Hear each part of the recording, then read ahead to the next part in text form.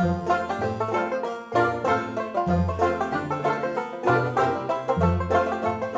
другари се разговараат и едниот му вика на другиот: вчера една трудна плавуша во автобус ме замоли да ја отстапам место.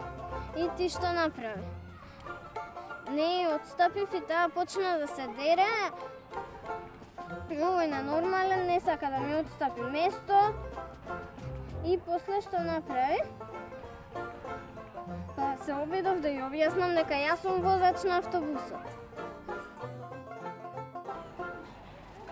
Две болви излегуваат од дискотека и една ти вика на другата: ќе одиме пеше или ќе фатиме куќа? Маж и жена биле во кола и на мажот му се приодало во тоалет. Мажот се викал мозок, а жената ништо. И мажот отишол во тоалет и дошла полиција кај жената. И ја прашувала: како се викаш? Ништо. Како се викаш? Ништо. Како се викаш? Ништо. Како се викаш? Ништо. А каде ти е тебе мозокот? Отида во тоалет. Се биле две русокоси и играле кошарка. Едната рекла: јес, дадов гол. Другата рекла: не е гол, не играме одбојка.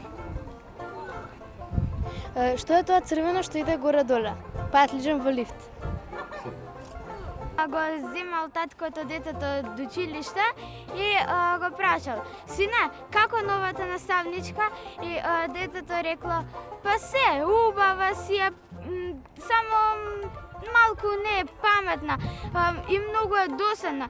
Таа ништо не знае, па за се нас не прашува. Ако двајца слона влезат во фичо, кој ќе вози? Тој што има возачка. Влегува дебела жена во продавница и прашува: имате нешто ефтино за собиење? Аптекарката одговара: да, имаме Ханзапласт, како се користи, се става на уста. Си биле три другарки. Едната отишла лево, а другата отишла десно. И третата отишла по нив. Било да е 7 јуни и една мравка одела на училиште и стигнала на 1 септември. Дедо Мраз оди на психијатар. Докторе, помогнете, не верувам во себе. Лиска излегла од кафезот. Се фатиле со памот и играат твист. Иленот се валка во калта и сакал да биде личен и чист.